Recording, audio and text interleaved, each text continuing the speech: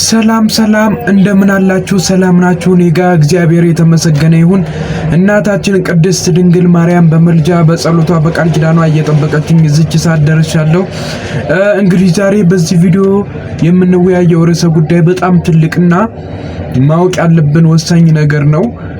ምክንያቱም እንደምታውቁት በኢትዮጵያ ኦርቶዶክስ ተዋሕዶ ቤተክርስቲያን ጥላ ስር የሚገኙ ምዕመናን በሙሉ ለሁለት የተከፈሉ ይመስላል። አንደኛው የነ መምህር ግርማን የነ ቀሲስ ሄኖክን የነ መምህር ተስፋይን ትምህርት ሰምቼ ተቀይሬያለሁ፣ ለቅዱስ ቁርባን በቅቻለሁ፣ ድኛለሁ የሚሉ ሰዎች ሲሆን በዚህ በኩል ደግሞ የነ አባ ገብረ ኪዳንንና የሌሎችን አባቶችን ትምህርት በመስማት እነ መምህር ግርማን የሚቃወሙ ማለት ነው። ስለዚህ እውነታው ማን ጋር ያለ? ማንነውስ መስማት ያለብን? ሐሰተኛ ከሆነስ ለምን ይሁላ ሰው ሊከተላቸው ቻለ? እነ መምህር ግርማን ለምን ይሁላ ሰው ይከተላቸዋል? ጳጳሳትስ ስለነሱ ጉዳይ ምን ይላሉ? ማንነውስ ከዚህ በኋላ መስማት ያለብን? እንደ ኦርቶዶክስ ተዋሕዶ ቤተክርስቲያን ልጅነታችን ማንን ነው መስማት ያለብን የሚለውን ዛሬ የማያዳግም ምላሽ እግዚአብሔር በፈቀደልን መጠን በመረጃና በማስረጃ ችግሩን የምንፈታው ሲሆን እናንተም እስከ መጨረሻው በማየት እንድታዩ ልጋብዛችሁ ፈልጋለሁ። ምክንያቱም ይሄ የቤተክርስቲያን ጉዳይ ነው። ዘፈን፣ ጭፈራ፣ ኳስ የማይረባ ፊልም ቢሆን ስንት ሰዓት ነው ተቀምጠን የምናየው? ይሄ እኮ የቤተክርስቲያናችን ጉዳይ ነው። እስከ መጨረሻው ተከታተሉና መፍትሄ ልናበጅለት ይገባል ማለት ነው። እና መጨረሻ ላይ እኔ የሚሰማኝን ነገር የምነግራችሁ ይሆናል። የነ መምህር ተስፋዬ፣ የነ መምህር ግርማ፣ የነ ቀሲስ ሄኖክ ተማሪዎችን ብትሆኑ የምጠይቃችሁ በጣም ከባድ ጥያቄ አለ። እሱንም እንድትመልሱ ፈልጋለሁ። በቅድሚያ ሁለቶችን በግራም በቀኝ ያሉ አባቶች ምን እንደሚሉ እንስማቸው። ወደ ቪዲዮ እንሂድ። ይሄ ጠንቋዩ ሁላ እየመጣ እየሮጠ በእውነቱ ሰይጣን ማን ትባላለህ? ሰይፉ ጨንገር የት ነው ያስካት? ትምህርት ቤት ምንድነው? እንዲህ ያለ ነገር ነውር አይደለም እንዴ? አጋንንትን ሲያወጣ ዝም ብሎ ያወጣቸዋል። የእግዚአብሔር ታምር ሌላ ችግር ፈጥሮ አይሄድም። ትክክል አይደለም። ስለዚህ የእግዚአብሔር ቤተሰቦች አጫውትባቸው አይገባም። መምህር ግርማ ወንድሙ ጠንቋይም አይደሉም፣ አስማተኛም አይደሉም። ይሄ የሚያወራ ሰው ራሱ አስማተኛ ጠንቋይ እሱ ነው። ይሄን ማወቅ ያለባቸው። ዛሬም አሉ፣ ወደፊትም አሉ። የኢትዮጵያ ሕዝብ የሚሰራልህን አታውቅም። አትንገር ብዬ ብነግረው አትንገር ብሎ ነገረው።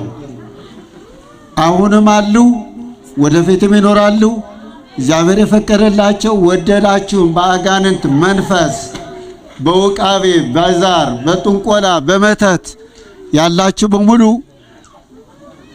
ተጠራርጋችሁ ውቅያኖስን ትገባላችሁ እንጂ በምንም አይነት መምህር ግርማን አሸንፋለሁ የሚል አባይን በጨልፋ ለመስፈር ነው። በእውነቱ አንድ ነገር ለማስከርና አይቆም ጨርሻለሁ። በእውነቱ መሰጅም የምትጽፉ ሰዎች አላችሁ፣ ጥሩ ነው። ለጻፋችሁ እኔ ነግሬያችኋለሁ፣ መልስ ያላችኋለሁ። አትጠራጠሩ። ይህች ምድር ጌታ ለመድኃኔ ዓለም ኢየሱስ ክርስቶስ የሞት ድግስ የደገሰች ምድር ናት። ለፍጡራን ትመቻለች ብሎ የሚያስብስ ሞኝ ነው። እሷን አሸንፎ በእግዚአብሔር ፊት ለመቆም ነውና መምህር ግርማ እግዚአብሔር የሰጠን በምትሃት የሚያስተምሩ ሳይሆኑ እኔም እኮ ጸጋው ስለሌለኝ ነው እንጂ መቁጠሪያም አለኝ። ንስሐ ልጆቼ ቀኖና አሰጣቸው 41 ጊዜ በመቁጠሪያ ጀርባቸውን ገርፌ ነው። ምትሃት አይደሉም፣ ሰው ናቸው። ኢትዮጵያዊ ናቸው፣ ሱዳናዊ አይደሉም፣ አረባውም አይደሉም፣ ጀርመናዊ ግሪካውም አይደሉም። የኛው ሰው ናቸው። መምህር ግርማ እግዚአብሔር ግን ለእያንዳንዱ የሚሰጠው ጸጋ አለ። ያንዱ የማስተማር፣ ያንዱ የመዘመር፣ ያንዱ የማጥመቅ፣ ያንዱ የመፈወስ። አባቶቻችን ቅዱሳን ሐዋርያት ሲመርጣቸው እያንዳንዳቸው ስጦታ ነበራቸው። ስጦታ ነው። አትጠራጠሩ። እዚህ ስትመጡ ምልክት ምልክት ሽታችሁ አትምጡ ክፉ ትውልድ አለ። ትንቢተ ኢሳይያስ ምዕራፍ 6 ቁጥር 9 ክፉ ትውልድ ምልክትን ይሻል። ምልክት አትሹ። አብርሃም ምልክት አልፈለገም እኮ በፊት የታማኝ ሆነ ታመነ፣ ለሱም ታማኝ ሆነ። እሱ ለአምላኩ አምላኩ ለሱ ታማኝ ሆነ። አብርሃም የሚፈልገውን ነገር ባይፈልግ እንኳን የሚያስፈልገው ነገር አላስቀረበትም እግዚአብሔርና አትጠራጠሩ። አምናችሁ ኑ እንድትፈወሱ፣ አምናችሁ ኑ የአሸብክታናችሁ እንዲጣልላችሁ እንዲወድቅላችሁ፣ አምናችሁ ኑ የተሰበረው ልቦናችሁ እግዚአብሔር እንዲጠግንላችሁ። ለአምላካችን ክብር ምስጋና ይሁን ስለነበረን ሁሉ።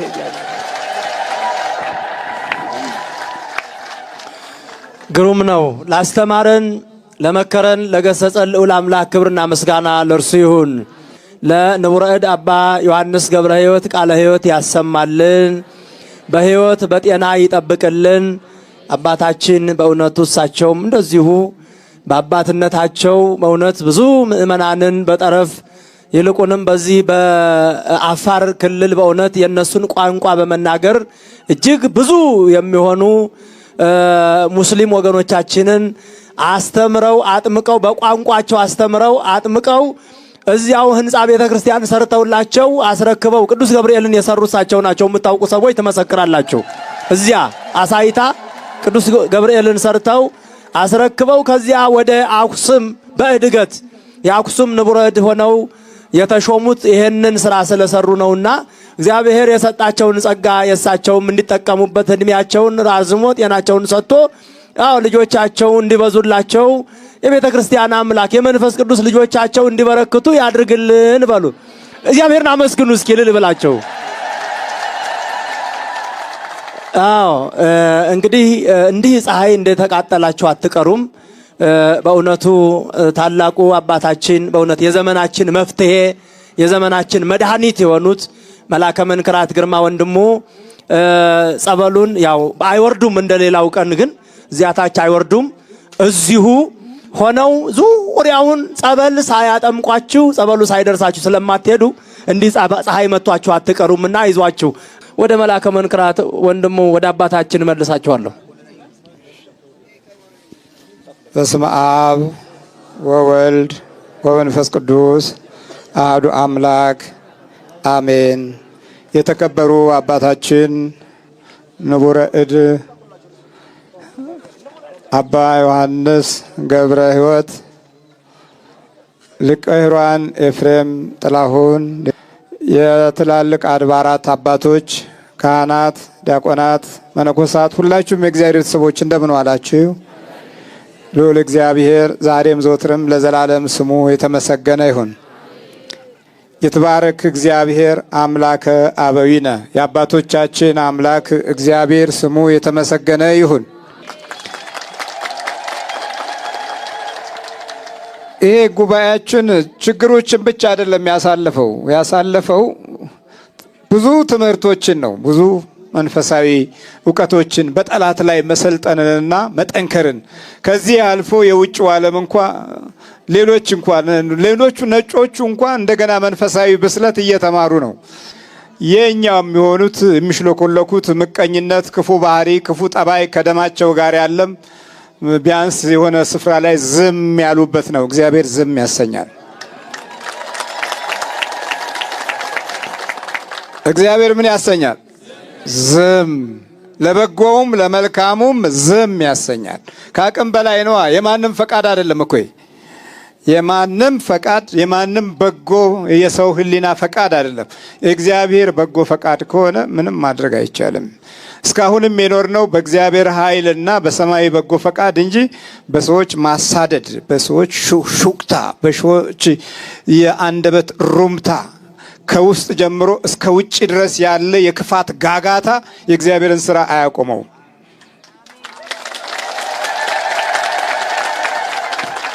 የደከመኝ ጊዜ ጡረታ ስወጣ ጡረታ ታወጡኛላችሁ። ከዛ ውጭ ግን በግድ በኃይል በማውገዝ በማሳደድ የእግዚአብሔር ስራ አይቆምም።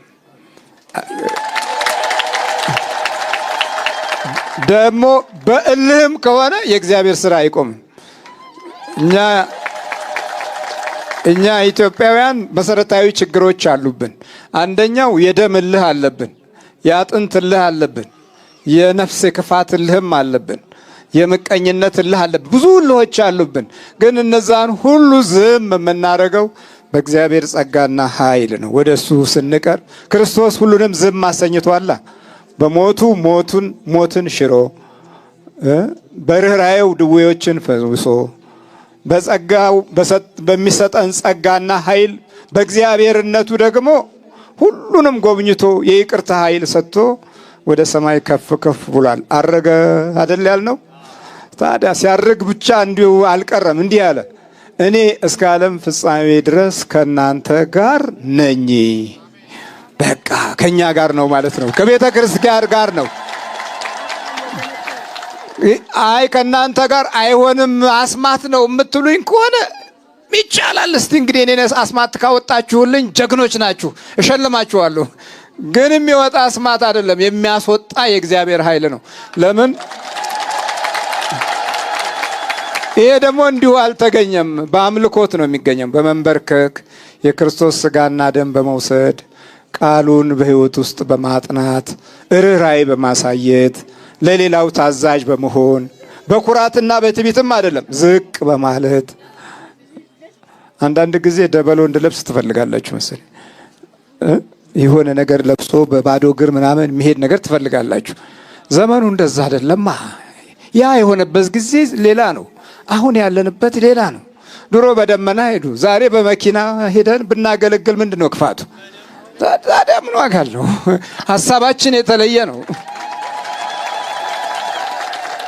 ስለዚህ የእግዚአብሔር ስራ ታላቅ ነው። በበረከት ሁለቱም ዓለም ላይ ውጭውም ዓለም ላይ የእግዚአብሔር በረከት ስራ ተሰርቷል። የደህንነቱና የፈውሱ ስራ ቤተ ክርስቲያንን በመትከል መሰረት ላይ የጸና የክርስቶስ ስራ ነውና በዚህ ደግሞ አናፍርም። እግዚአብሔር አምላክ የተመሰገነ ይሁን። አሁን ለልጆቼ ከምሰጠው ቆጥቤ ለባለቤቴ ከምሰጠው ቆርጬ ከሁሉም ነገር በጣም ብዙ ነገር ወስጄ ነው እናንተ ላይ ትኩረት እያደረኩ ያለሁት እና እንደዛም ሆኖ ግን ፍሬያማ ነኝ። በጣም ነው እግዚአብሔርን ማመሰግነው። ሰዎች ይለወጣሉ፣ ቅዱስ ቁርባን ይቀበላሉ፣ ንስሐ ይገባሉ፣ ከባዕድ አምልኮ ይወጣሉ። ይሄ መታደል እኮ ነው። ይሄ ሚዲያ በመከፈቱ ስንት ነገር ተጠቀምኩኝ።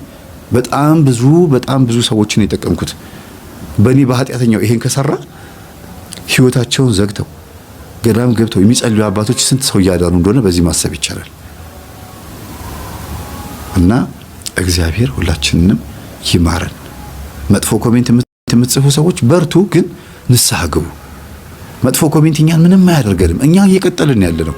እናንተ ግን የአፍህን ፍሬ ትበላለህ የሚለው ጥቅስ እየፈረደባችሁ ነው የምትቀጥሉት። ህይወታችሁን ቼክ አድርጉት እስቲ። ነው ወይስ እኛ ያየነውን ስቃይ እዩ ብለን እንርገም? አይሆንማ። የኛ እርግማን አይስማማንማ። መመረቅ ነው የሚስማማን። እንኳን እኛ የክርስቶስ ልጆች ነን ብለን የምናስበው ጠንቋዩ እንኳን ያጋንንት ልጅ የሆነው በለዓም እንኳን መርቅ አለኝ ብሎ ነው የመረቃቸው። ስለዚህ እኛ ያየነውን ስቃይ ሳይሆን ያየነውን ደስታ፣ ያየነውን በአጠቃላይ ደስ የሚል መንፈሳዊ ህይወትን ያሳያችሁ ነው የምንለው። ሚስጥር ይግለጥላችሁ፣ እላችሁ ያለው መንፈስ አፈንድቶ በዛ ያስተምራችሁ ነው የምንለው። ይሄ መቼም እንደ ስቃይ አትቆጥሩትም፣ እንደ መጥፎ ነገር አይቆጠርም።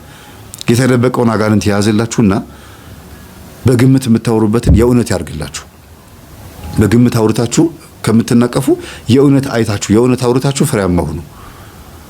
ሌላው ደግሞ የትምህርቱ ዓላማ እንደሰማችሁ ሰዎችን ወደ እግዚአብሔር ለመመለስ ለቅዱስ ቁርባን ለማብቃት ነው። ይህንንም ዓላማውን ደግሞ ሲያሳካው አሁን ከቀጣይ ከምንመለከተው ቪዲዮ ማየት እንችላለን። ወደ ቪዲዮ መምህራችን በመምህር ተስፋዬ አበራ አማካኝነት አሳሳቢነት ይህ ታላቅ ፕሮግራም ታስቦ ተዘጋጅቷል።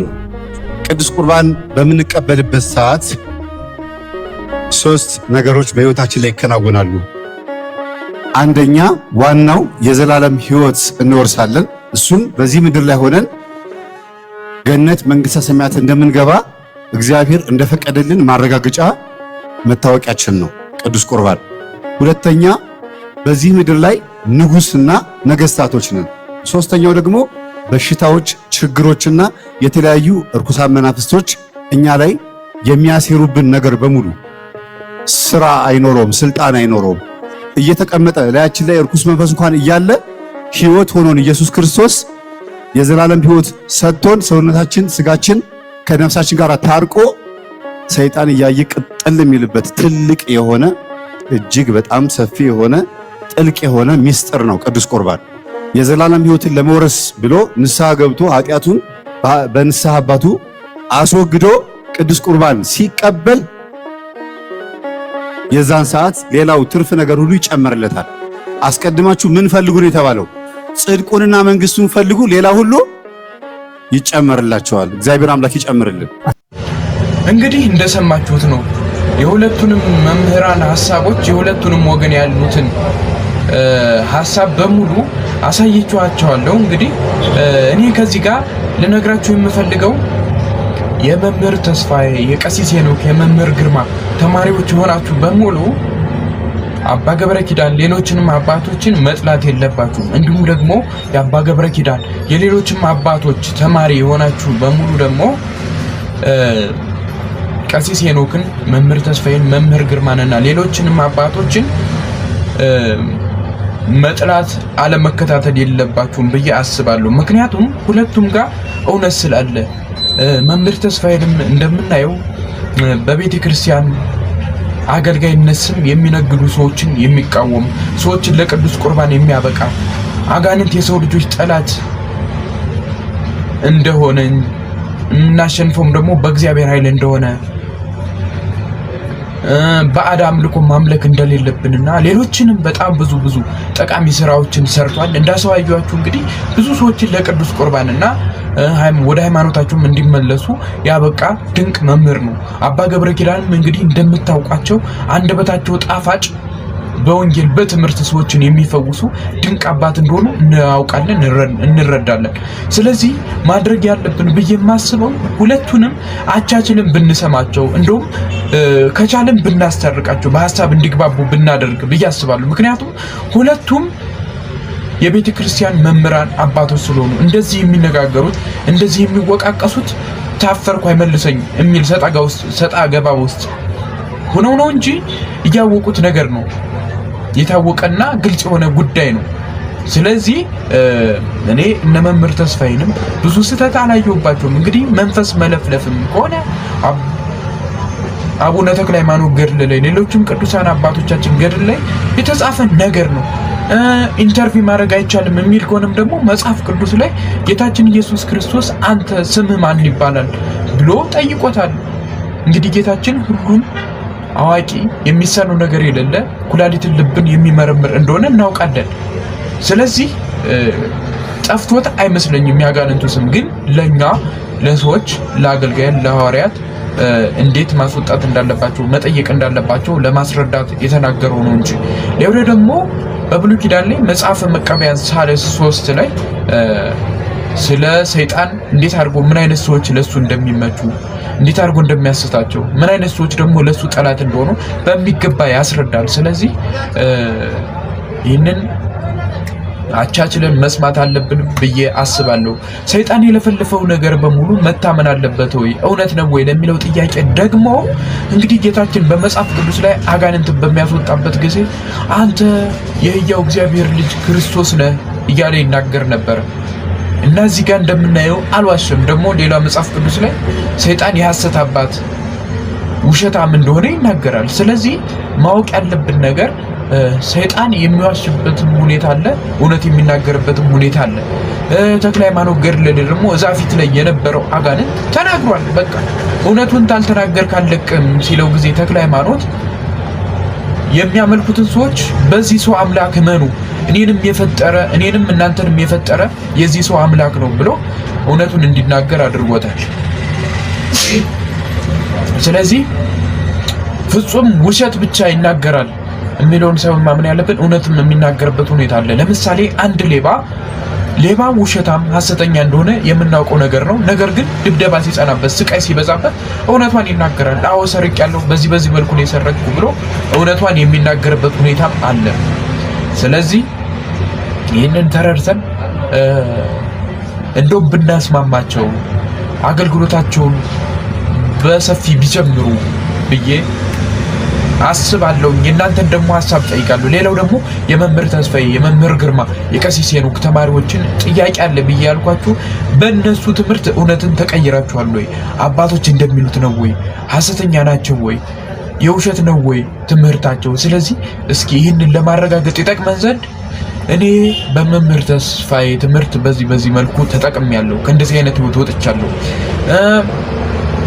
በመምህር ግርማም ትምህርት እንደዚሁ በዚህ መልኩ ወጥቻለሁ። በቀሲስ ሄኖክ ትምህርትም በዚህ መልኩ ወጥቻለሁ ብላችሁ ብታስረዱን ብትነግሩን ማለት ነው።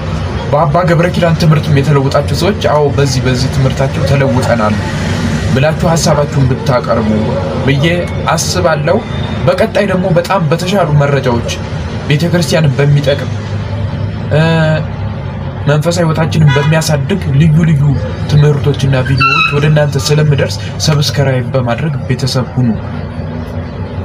መንፈሳዊነትን እናበረታታ።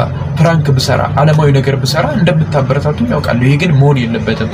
መንፈሳዊ ነገሮችን ማበረታታ አለብን ማለት ነው። በጣም አመሰግናለሁ። ሰላም ሁኑ። እዚህ ድረስ ተከታትላችሁኝ ስለመጣችሁ እግዚአብሔር ያክብርልን። የሰማነውን በአእምሯችን ያሳድርብን። መድኃኔዓለም ኢየሱስ ክርስቶስ ከእናቱ ከቅድስት ድንግል ማርያም ጋር ምስጋና ይድረሰው። ሰላም ሁኑ።